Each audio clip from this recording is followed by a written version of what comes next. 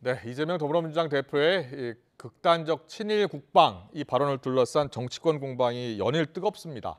정쟁과 막말로 얼룩진 윤석열 정부의 첫 국정감사는 2주차에도 지금 똑같은 모습이 재현되고 있습니다. 오늘의 전국 현안은 백승주 전 국민의힘 의원, 김영주 전 민주당 의원과 함께 짚어보겠습니다. 어서 오십시오. 안녕하세요. 네, 안녕하세요. 안녕하십니까? 예, 안녕하세요. 예. 최근 동해상에서 진행된 한미일 3국의 해상 훈련을 일단 극단적 친일 국방이라고 비난했던 이재명 대표가 어제는 SNS 라이브 방송을 통해서 우길기가 다시 한반도에 걸릴 수 있다는 주장도 했습니다. 이런 일련의 발언들에 대한 배경이 궁금한데요. 먼저 김영주 의원님, 네. 이재명 대표가 왜 이 발언을 한 겁니까? 이제 제가 느끼기에는 예. 어쨌든 지난번에는 주로 이제 남해상에서 네. 했기 때문에 우리가 상징적으로 보면 독도가 갖고 있는 우리 나름대로 어떤 지리적, 정신적 상징성이 있지 않습니까? 예. 그러니까 독도에 물론 180km나 떨어져 있기 때문에 오히려 일본에 더 가깝다고는 하지만 어쨌든 그러한 문제에 대해서 그렇게 뭐 심각한 고민 없이 동해상에서 훈련하는 부분에 대해서 좀 경종을 일으킬 필요가 있다라는 부분이고요. 예. 또 하나는 이제 내부적으로 이재명 대표 주변에 계시는 이제 지식인들과 네. 어른들의 생각은 이제 남북 간의 군사적 균형 문제에 있어서 네. 굳이 한미일 즉 뭐 미국과의 연대라고 하는 건 불가피하게 필요하다고 하지만 예. 일본이 꼭 있어야 될 것 같지는 않다. 즉 우리 힘으로도 충분히 북한은 무찌를 수 있다. 이런 그 논의가 좀 더 득세하는 것으로 보여집니다. 굳이 그렇군요. 일본을 끌어들이지 않아도 한미일 군사 훈련은 필요 없다. 네, 예. 말하자면 미국과 한국의 그 전략 자산만 하더라도 충분히 북한을 격퇴할 수 있다. 굳이 일본까지 그렇군요. 끌어들여야 되냐 이런 논의들이 좀 있어 보이고 그에 대한 배경을 통해서 이재명 대표가 저러한 논리를 주장하고 알겠습니다. 있다. 그렇게 국민의힘 봅니다. 주장 좀 들어보겠습니다. 백승주 전 의원님은 이제 국방부 차관도 지내셨잖아요. 예. 예.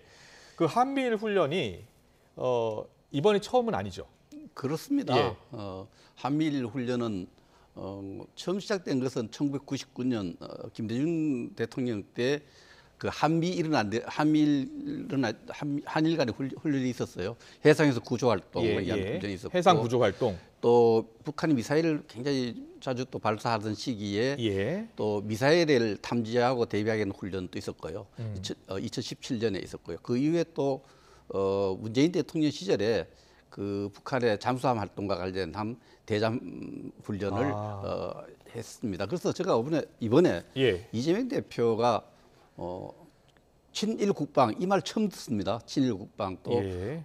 한미일 훈련을 하면은 일본군이 한반도 다시 주둔할지도 모른다 이런 걱정을 하는데 참 시기적으로 봤을 때는 골프 용어를 써서 좀 죄송합니다만 참 오비 크게 냈다 생각합니다. 네. 나쁜 방향으로 너무 멀리서 왔다. 지금 북한이 지금 전술 핵무기 훈련을 우리 한국 사회 한국 국민을 상대로 전술 훈련을 하고 있는 이 시기에 네.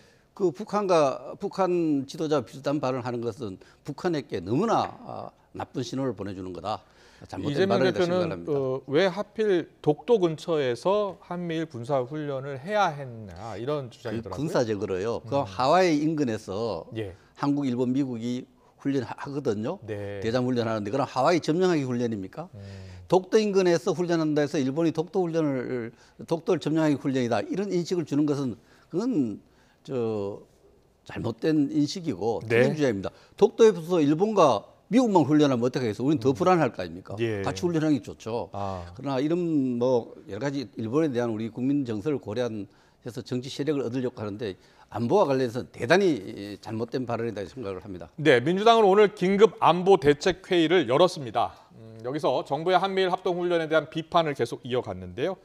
일본을 끌어들이는 자충수라고 이게 한미일 훈련을 표현했고요. 중단을 해야 한다라고 주장을 했고 국민의힘에서는 이제 와서 이런 이야기하는 것 자체가 현실 인식에 문제가 있다라고 맞받았는데요. 자, 어떤 발언이 있었는지 듣고 오겠습니다. 특히 이 위기를 핑계로 일본을 한반도에 끌어들이는 자충수를 중단해야 합니다. 최근 윤석열 정부가 일본의 자위대를 목도 근해로 불러들여서 합동 실전 군사 훈련을 연이어서 강행하고 있습니다. 좌시할 수 없는 국방 참사이고 안보 자해행위입니다. 한반도에 다시 일본의 어두운 그림자가 들이오게 되지 않을까, 그 결과를 만들어내지 않을까 심히 우려됩니다. 저는 우리 옛말에 길이 아니면 가지 말고 말이 아니면 갈지를 마라 그랬습니다. 여러 우리 의원님들 말씀하셨지만은 자기들 집권할 때 실컷 우길기를 단 함정들을 다 한국까지 정박시키고 해놓고 이제 와서 저런 이야기를 한다는 것은 몰라도 너무 뭐를 모르고 그 다음에 인식 자체가 아주 많이 현실 인식이 많이 문제가 있는 것 같습니다. 네, 이재명 대표는 이제 국방 참사다, 안보 자해 행위다 이렇게 비판의 강도를 갈수록 높여가고 있는데요. 이재명 대표가 계속해서 이 한미일 군사 훈련에 대해서 반대 입장을 분명히 하고 있잖아요. 그런데 지금 백승우 전 의원 말씀 들어보면은 과거 민주당 정부 때도 한미일 훈련을 했다는 겁니다. 네. 그럼 그때 한미일 훈련과 지금 한미일 훈련은 뭐가 다른 겁니까? 글쎄요, 그러니까 그런 의미에서 지금 이 발언 자체를 여러 가지 분석이 예. 실제로 민주당 내부에서 그러면 노무현 대통령 때와 문재인 대통령 때의 국방 정책 자체까지를 비판하는 것인가에까지 좀 애매하게 네. 이렇게 듭니다. 왜냐하면 2007년 9월 달에도 우길기를 단 예. 일본 자위대 전투함이 인천항에 들어온 적이 있고 또 2017년 오늘 예. 말씀하셨습니다만 필리핀 협정에 의해서 한미일 국방장관 협의에 의한 한미일 작전 훈련, 합동 훈련이 논의되었기 때문에 방금 주호영 원내대표가 말씀하셨다시피 네. 실제적으로 노무현 대통령 시절, 문재인 전 대통령 시절에 실제로 어떤 한미일 군사 합동 훈련 자체가 정당화됐고 네. 실시되었던 부분이 있기 때문에 왜 이 시점에서 저 얘기를 할까? 과연 이재명 대표가 저걸 몰라서 하는 얘기일까? 아니면 오히려 내부적으로 보면 이재명 대표의 자기 지지자 결집용으로 저런 얘기를 강하게 하는 것인지 예. 이제 그런 부분은 우리가 의심하지 않을 수 없는 부분이고 다만 어찌됐든 간에 지금 현재 어떤 그 윤석열 정부의 말하자면 그 대외 그 안보 정책, 외교 정책이 신냉전을 얘기하는 한미일 삼각동맹, 그러니까 북중러 네. 또 한일 미 예. 이 구도를 가는 것에 대해서 문제가 많다라고 하는 것에 대한 어떤 이재명 대표의 문제 인식 그리고 또 특히 독도의 점유권에 대한 논쟁이 있는 시점에 있어서 왜 그 지역을 택했느냐 하는 원포인트의 어떤 문제 인식 예. 그런 것이 겹쳐져 있지 않나 그렇게 보입니다. 알겠습니다. 여러 가지 좀 해석, 분석이 나오고 있는데요. 오늘 윤석열 대통령도 출근길 약식회견에서 안보를 주제로 발언을 했습니다. 제가 앞서 잠깐 들려드렸는데 핵 위협 앞에 어떤 우려가 정당화될 수 있겠느냐 이런 발언도 했고요. 그러니까 친일 국방 공사를 이제 일축한 겁니다.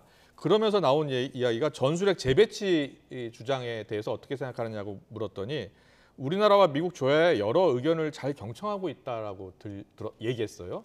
이게 어떤 의미입니까? 좀 과거 발언과 좀 달라진 맥락 같거든요. 예, 그 과거가 좀 달라져야죠. 예. 대통령 후보 시절하고 대통령이 됐을 때 발언이 달라져야 되고 그 무게가 달라져야 된다고 지금 생각합니다. 전반 안보 상황이 달라질 수 있다, 달라져야 예. 되는 환경이다 보세요? 예, 그렇습니다. 그래서 예. 오늘 아침에 그 짧게 기자회견하면서 하신 말씀은 이거죠. 현행 안보 위협이 뭐냐? 예. 북한의 핵이냐? 잠재적으로 우리가 먼 미래에 걱정해야 될 잠재적 위협이냐? 주변국 위협이냐? 이런 입장에서 봤을 때 예. 현재는 북한 핵에 대비할 때다. 이것을 고려할 때 이재명 대표의 그런 일본에 대한 걱정은 좀 일축해버린 부분이 있죠. 우리나라에 이제 원래 전술핵이 배치돼 있었습니다. 그렇죠? 예, 그렇죠. 전술핵이 뭐 60년 초에 배치되어서 91년에 완전 철수했죠. 91년에 철수를 한 거죠? 예, 철수했는데 이 지금 북한이 핵을 가진 것으로 이렇게 확 실시되는 상황에서 네. 우리 국민들 걱정이 많아요. 북한 핵을 가졌는데 대한민국을 어떻게 대처하려고 하느냐. 미국 핵 우산만 믿고 되겠느냐. 근데 우리가 핵 확산 금지설 이런- NPT 체제에 가입돼 있기 때문에 사실 전술핵 배치는 하기 어려운 거 아닙니까? 그렇습니다. 그 한반도 그 비핵화 합의에 따르면은 네. 개발, 생산, 배치, 반입 이런 모든 문제가 7개 항목에 대해서 금지되어 네. 있어서 배치하는 게 힘들죠. 그 NPT 조약뿐만 아니라 그 네. 남북한 비핵화 합의서에 따르면은 그렇죠. 예. 그런 부분이 있는데도 불구하고 북한이 그것을 깨버리고 남북한 그 비핵화 합의를 깨고 네. 핵을 보유한 상황에서 또 핵을 전술적으로 사용하겠다 이렇게 협박하는 상황에서 국민들 걱정이 많으니까 네. 지금까지 있는 핵 우사이라든지 확장 억제로는 좀 힘드니까 많은 전문가들이 전술핵을 새로 반입해서 국민들 불안을 좀 줄여주자는 이런 속에서 많은 그런 건의가 들어오는 거죠. 거기에 대해서 이번에 대통령이 다 적절한 수위로 NCND를 했거든요. 네. 그런 얘기를 많이 듣고 있지만 네. 통수권자로서 대한민국 대통령으로서 신중하게 그런 얘기를 경청하고 있다. 그리고 긴밀히 그 부분을 검토하고 있다. 이런 발언은 저는 아주 적절한 수위에서 적절하게 발언했다고 생각합니다. 김영주 의원님 어떻게 들으셨어요? 우리 한반도의 비핵화를 위해서 남북이 같이 한 30년 동안 여러 가지 회의도 하고 노력도 했습니다만 사실상 이제 북한은 핵을 보유한 국가로 지금 점점 인정받고 있는 추세 아니겠습니까? 네. 이 상황에서 우리나라도 전술핵을 갖는 것 여부에 대해서 검토할 시간이다라는 백성주 전 의원의 생각이신데 어떻게 생각하세요? 그거는 뭐 저는 정치적 수사이기를 바라고요. 그러니까 북이 그렇게 하면 우리도 뭐 할 수 있다라고 하는 어떤 위협 아, 그런 것을 통해서 조금 이제 북한이 뭔가 머뭇거릴 수 있도록 그렇게 예. 한다는 거 보고 또 설령 뭐 전술핵 배치 여부를 논의하기 이전에 이미 NPT 체제 자체에 대해서 이미 선언한 바 있었지만은 제가 더 강조하고 싶은 것은 그러한 북한의 비핵화를 유도하기 위한 중국과 러시아와의 관계에 대한 좀 더 신경을 쓸 필요가 있다. 아, 예, 지금 예. 현재 만약에 우리 윤석열 정부가 할 수 있는 일은 지금 현재 체제라면 북한하고 러시아하고 대화가 꽉 막혀 있어요. 그렇다면 미국에 의존할 수밖에 없는 거고 예. 그럼 미국이 그러면 우리가 핵을 가지게 허용하는 나라입니까? 사실은 허용 안 하는 나라입니다. 예. 여러 가지 고려를 하고 있지만 사실은 예. 그런 측면에서는 실제 대통령께서 말씀에 정책적 함의가 그렇게 깊이 들어있지 않아요. 알면 알수록. 네. 다만 북에 대해서 우리도 작심할 수 있다라고 하는 우리 대통령의 안보 태세에 대한 우리도 핵 대 핵으로 갈 수 있다라고 하는 그런 말씀으로만 제가 느껴진다. 그런 알겠습니다. 오늘 뭐 이 한미일 해상 훈련을 놓고 여야 공방이 격화되고 있는 상황에서 정진석 비대위원장이요. 일단 이재명 대표의 일본군 한국군 주둔설에 대해서 안보를 망치는 망언이자 거짓말이다라는 발언과 함께 일본은 조선 왕조와 전쟁을 한 적이 없다는 발언과 또 조선 왕조는 무능하고 무지했다. 백성의 고열을 마지막 한 방울까지 짜내다 망했다. 이런 걸 함께 올려서 또 논란이 되고 있습니다. 일본은 조선 왕조와 전쟁을 한 적이 없다. 이런 표현도 들어가 있고요. 자, 백승주 의원님 어떤 배경에서 이런 19세기 말 20세기 했을까요? 초 역사 인식에 대한 예. 문제는 저는 정진석 비대위원장과 생각을 좀 달리합니다. 네. 그 20세기 초에 물론 조선의 무능 때문이기도 했지만 일본이 그 개방할 때 운야오 사건을 벌여서 개방할 때도 군함을 통해서 협박을 했고 그 이후에 지배 과정에서 해방될 때까지 군사력을 앞세워서 지배하는 것은 역사적 사실입니다. 예. 그런 측면에서 뭐 그 조선과 일본이 전면 전쟁을 안 했다. 예. 이걸 가지고 그렇게 인식하는 부분에 대해서 공유할 수 없고 그러나 오늘 이재명 대표에 대해서 그건 좀 안보 파퓰리즘으로 보고 거짓말이라는 말은 안보 파퓰리즘으로 보고 지극히 잘못되었다. 예. 이런 생각은 저하고 같이 합니다. 네. 그 우리 안보 현실과 현존 위협을 무시한 발언이고 좀 안보 파퓰리즘 성격이 있고 그것을 거짓말로 표현했지만 안보 포퓰리즘에 대한 경각심을 강조하다 보니까 네. 20세기 초 역사에 대해서 조금 저하고 다른 입장이 나왔지만 뭐 전체적으로는 이재명 대표의 발언이 부당하다. 예. 이런 발언. 근데 이 발언이 나오니까 이게 SNS에 글을 올린 겁니다, 사실. 근데 박홍근 원내대표는 귀를 의심케 하는 천박한 친일 역사의 인식이다. 집권여당 대표로서 역대급 망언이다라고 이야기했습니다. 네. 이 발언에 대해서는 어떻게 제가 들으셨어요? 이재명 예. 대표 같으면은 이런 인식을 갖고 있으니까 내가 걱정한다. 그렇게 얘기할 것 같아요. 그러니까 실제로 보면 앞서서 우리가 논의한 대로 예. 냉정하게 솔직히 얘기하면은 예. 동해상에서 했지 그 독도보다는 일본에 더 가까워요. 아, 지금 예. 185km라고 하는 훈련했던 훈련 장소가? 지점들이 이제 그럼에도 불구하고 그것은 논란이 될 문제 의식을 한번 워닝을 한다라고 했지만 예. 사실은 그것은 설득력이 떨어질 수 있지만 네. 그에 대한 국민의힘과 전진석 비대위원장의 반응이 예. 충분히 내가 이런 우려를 할 만하지 않느냐를 뒷받침해주는 발언을 하셨어요. 아, 매우 부적절한 발언. 거의 예. 뭐 더 심하게 얘기하면 일본을 더 두둔해주고 있는 예. 그런 발언. 한국이 조선이 먼저 무너졌지 우리가 일본이 뭐 조선을 점령하려고 점령했냐. 우리의 적은 조선이 아니고 청나라와 러시아다. 이렇게 하면서 우리를 점령한 거 아닙니까? 예. 사실은. 그런 것에 대한 정당화를 한다는 것은 상당히 역사 인식이 잘못됐고 그래서 역으로 보면 지금부터 논의를 시작하면은 그와 같은 국민의힘의 비대위원장의 인식으로 보면 충분히 그 논란이 네. 그렇게도 비약할 수 있는 일본에게 하여금 아, 오판할 수 있는 그런 배경을 주는 거 아니냐 이런 비판은 충분히 가능하게 한 굉장히 잘못된 그런 이 발언 논란에 대해서 이제 정진석 비대위원장은 아직까지는 특별한 입장을 밝힌 건 아니죠. 예. 예, 그 이후에 네네. 그래서 지금 지적을 우리가 손가락을 보지 말고 달을 보러 하지 않습니까? 전체적으로 이 안보 위기 상황에서 네. 우리가 북한을 한 목소리로 여야 대표가 한 목소리로 북한이 핵을 보유하고 핵을 대한민국을 향해서 사용할 전술훈련을 하고 있는데 네. 왜 여야 지도자들이 북한을 규탄하고 북한에 대해서 경고를 해야 될 상황에서 예. 서로 양당끼리 지도자끼리 이렇게 언쟁을 벌이는지 국민들 보면 좀 답답해 할 것 같습니다. 지금은 네.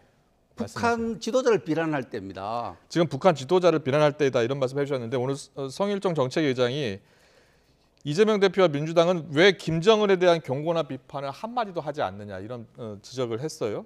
그리고 한반도에 인공기가 걸려도 되는 것이냐라면서 극단적 침묵 아니냐 이런 주장도 했거든요. 여기에 대해서는 어떤 생각이세요? 그래서 오히려 뭐 이 말을 좀 톤 다운해서 앞으로 우리가 정확하게 우리의 주적이 북한과의 지금 관계다라고 예. 하는 것에 조금 더 이재명 대표님 좀 집중해 주셨으면 좋겠습니다. 아, 그 말로서 이 문제를 다 정리해야 되는데 예. 뭐 친일을 끌어들여서 어쩌고 반일 친일 이런 논의에 빠져버림으로써 국민도 실망하고 지금 정말로 코스피 코스닥 주가 그러니까요. 빠지고 북한은 연일 포스트하는데 친일 논란으로 난리 새. 저는 지금 우리는 일본을 그렇게 두려워할 그런 시점이 이미 아니라고 생각하거든요. 그렇습니다. 아쉬운 시점입니다. 예, 아쉬운 시점. 민생 국감 없고 정쟁 국감만 있다는 이야기 계속 나옵니다. 정기국회 2주차입니다.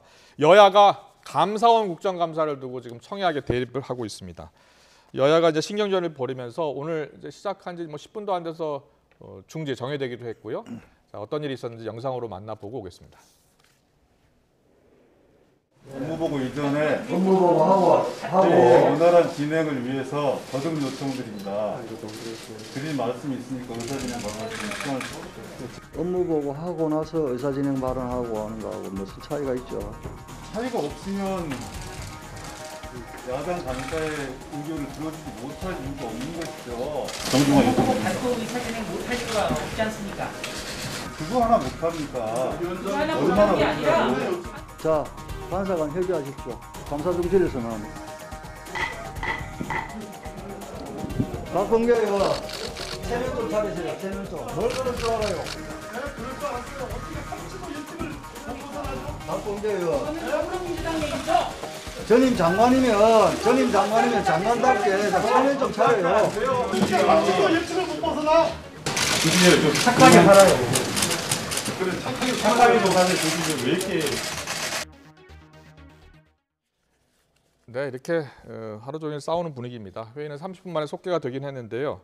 박범계 의원은 김도 법사위원장한테 착하게 좀 살아야 이런 발언까지 했고요. 김도읍 위원장은 박범계 의원 좀 체면 좀 차리세요라고 이야기를 했습니다. 주고받는 언사의 감사의 핵심 무엇을 감사했는지 이런 내용도 다 빠져 있고요. 예상했던 대로 유병호 사무총장이 문자를 놓고서 지금 또 충돌하고 있는 겁니다. 여당은 이제 야당이 현안을 정쟁으로 몰아가고 있다라고 여당은 주장하고 있고요. 자, 지금 이 감사원 국정감사 상황을 어떻게 보셨어요? 사실은 여야가 이렇게 치열하게 싸우고 의사 진행 가지고 토론을 하면 피감 기관만 좋은 일입니다. 아, 하나라도 더 집요하게 따져서 탈탈 털어야 되는데 그렇죠. 그 사람들 그냥 편안하게 쉬게 해줘. 오전에 그냥 쉬었을 거예요, 제가 보기에도. 예. 그런 부분을 오히려 더 의사 진행에 대한 기싸움을 하기 전에 정말 감사원에 대해서 정확하게 지금 핵심은 그런 거예요. 물론 형식적으로야 소위 청와대 정책기획수석을 불러내냐 마냐 있지만 오히려 네, 맞습니다. 감사위원회의 의결을 거쳐서 감사를 하는 것인지 예. 종합보고를 하는. 그다음에 이제 문재인 대통령과 관련된 그런 부분과 관련해서 감사를 할 때 별도의 TF가 어떻게 구성됐는지 그런 부분만 자료를 보면 사실은 우리 감사원 공무원 감사의 피격 사건 핵심은- 관련해서 감사원의 감사가 적절한 절차를 밟았는지 네. 여부가 원래 핵심 쟁점이었고요. 네. 이와 관련해서는 최재 감사원장이 감사 개시 권한은 감사위원회 의결 사항이 아니다라는 뭐 입장을 네, 그런 이제 얘기를 논란이 했나 있다 봐요. 하더라도 예. 거기에 대한 적절한 국회다운 어떤 법적인 논쟁이 있을 수도 있는 유병호 거고. 사무총장은 간단히 뭐 사과를 했나 봐요. 정상적인 소통 과정이었다고 해명을 하면서도 하여튼 이런 논란이 된 것에는 송구하다 이런 표현을 썼나 봐요. 그 해결 저는 그 소명하거나 사과를 할 선을 넘었다고 봅니다. 네. 문자의 네. 내용이 중립적이지 못해요. 그렇습니다. 그 문자 혹시 생각나십니까? 그 문자 또 자료가 나갈 겁니다. 무식하다는 취지입니다. 뭐 이런 문자였거든요. 예. 그렇죠. 더 좋은 자료가 곧 예. 나올 겁니다. 무식한 저겁니다. 소리니까요. 이렇게 또 해명 했죠. 자료가 네. 나갈 겁니다. 무식한 소리 말라는 취지입니다. 이런 예, 내용이었습니다. 그렇죠. 예. 그 전체적으로 좀 우리 진행자께서 말씀하셨지만 우리 일반이 생각하는 이 국정감사 이런 거죠. 네. 감사 시작되는 것이 국회가 청구한 감사나 공익감사나 감사위원들의 의결한 감사 내용이 제대로 됐는지 예. 적법이 됐는지 이걸 좀 따지는 모습을 사실 보고 싶은 부분이 있는데 네. 지금 그 두 가지 사안으로 유병호 사무총장의 문자하고 또 문재인 대통령 서면조사 건으로 이제 정쟁화된 거죠. 네. 정쟁화됐는데 오늘 유병호 감사원장이 보낸 문자 메시지가 이렇게 사적인 메시지가 공개됨으로써 근데 저게 이제 보니까 제가 오늘 방송 출연하기 전에 보니까 감사위원들은 정치 활동이나 정당에 가입할 수 없도록 지원하거나 못하도록 돼 있는데 네. 그런 기준에서 보면은 뭐 법적인 문제는 저는 없다고 봅니다. 그러나 본인이 사과했다시피 예. 그 내용 자체가 정쟁을 할 수 있는 빌미를 줬다는 측면에서 조금 사과했어야 됐고요. 사과 잘 했습니다. 잘하고 이 부분은 사과 받으면서 넘어가야 될 문제다 이렇게 야당에서는 생각을 사과가 아니라 이거 이제 뭐 구속 수사도 촉구하기도 했고요. 예. 근데 그게 법적으로 보니까 네. 업무 협조 영역이에요. 그게 조금 업무 협조인데 이게 지시가 있고 국정기획수석이 지시를 했고 그걸 보고받은 사항이면 좀 다른 문제인데 여당에서는 그 민정수석실이 폐지되면서 원래 민정수석실 안에 감사원 국장이 보통 파견을 나와 있기 때문에 감사원 국장을 통해서 소통을 하면 되는데 민정수석실이 폐지됐기 때문이다라고 이제 국민의힘에서는 주장을 하더라고요. 아니, 그런 걸 안 하려고 민정수석을 폐지한 거 아닙니까? 예. 그러면 그런 의지대로 실천을 해야 되는 것인데 본의 아니게 오히려 그런 더 깨끗하고 마치 앞에 민정수석이 있는 것은 적폐인 것처럼 그렇게 얘기하면서 없애버리니까 이런 불편함과 오해가 더 많이 생기는 거예요. 예. 이 문제가 내밀하게 실제로 어찌 보면 커진 것은 감사원이라는 게 원장만 대통령이 승인하지 나머지 부분은 전혀 간섭하면 안 독립적인 되는데 헌법기관이니까요. 그런 오해를 예, 불러일으킬 수 독립적으로 있는 여유를 줘야 합니다. 합니다. 정쟁으로 촉발된 것이 사실은 문재인 대통령에 대해서 예. 서면 조사를 감사원이 시도하니까 문재인 대통령이 좀 격하게 반응했어요.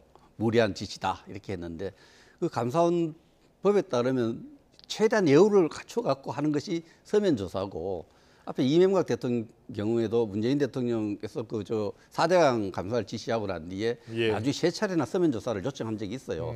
그런 부분들이 여러 가지 사례를 따져보면 그렇게 격하게 우리가 정쟁으로 삼을 일이 아닌데 네. 그 부분을 너무 정쟁으로 끌고 가는 야당도 문제가 있다 이렇게 봅니다. 그런데 지금 14일이에요. 감사원이 중간 발표한다고 하더라고요. 네. 예. 발표하면 또 논란이 더 커질 것 같긴 해요. 어쨌든 뭐 예.